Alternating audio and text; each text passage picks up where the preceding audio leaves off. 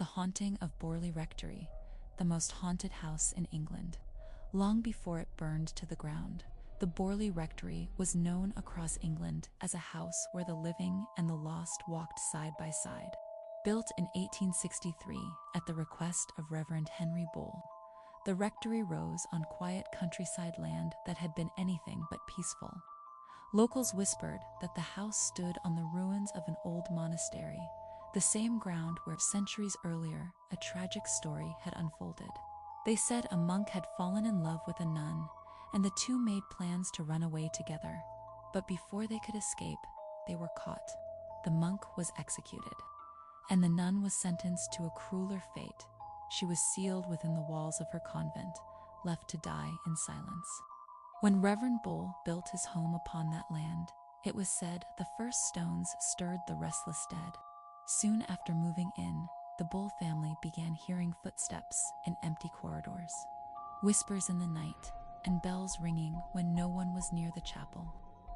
Their daughters claimed to see a pale woman in a black habit gliding along the garden path, the nun, still searching for her lost lover. After Reverend Bull's death, the rectory passed to new residents, each reporting the same chilling events. By the 1920s, the stories had grown so widespread that the Daily Mirror sent an investigator to uncover the truth. That man was Harry Price, a pioneer in the field of paranormal research. Price arrived at Borley with cameras, fingerprinting powder, and every kind of measuring device available at the time. He called it a scientific investigation, but the results only deepened the mystery.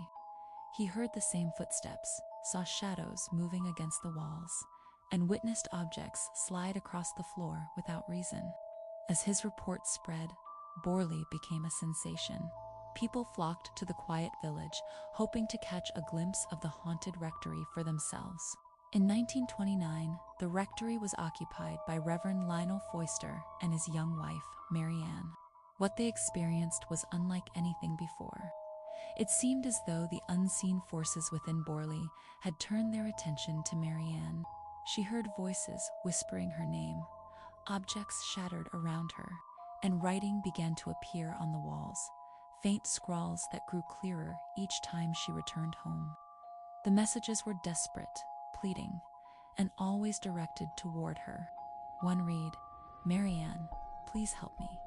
The hauntings turned violent. Mary Ann was pushed, scratched, and pinned by unseen hands. Terrified, the Foysters fled the house, leaving behind rooms scarred by soot, broken glass, and the writings no one could explain. Harry Price, fascinated by the Foysters' reports, returned to the rectory to continue his research. He conducted seances and vigils deep into the night, searching for answers. During one session, he claimed that a spirit revealed the names of the monk and the nun, and described their forbidden love in haunting detail. At another sitting, a warning came through that the rectory would soon be destroyed by fire, and that within its ruins, the remains of the long-dead nun would be discovered. The prophecy came true in 1939. The new owner accidentally knocked over an oil lamp, and the Borley Rectory was consumed by flames. The blaze roared through the house, lighting up the night sky until only the blackened shell of the building remained.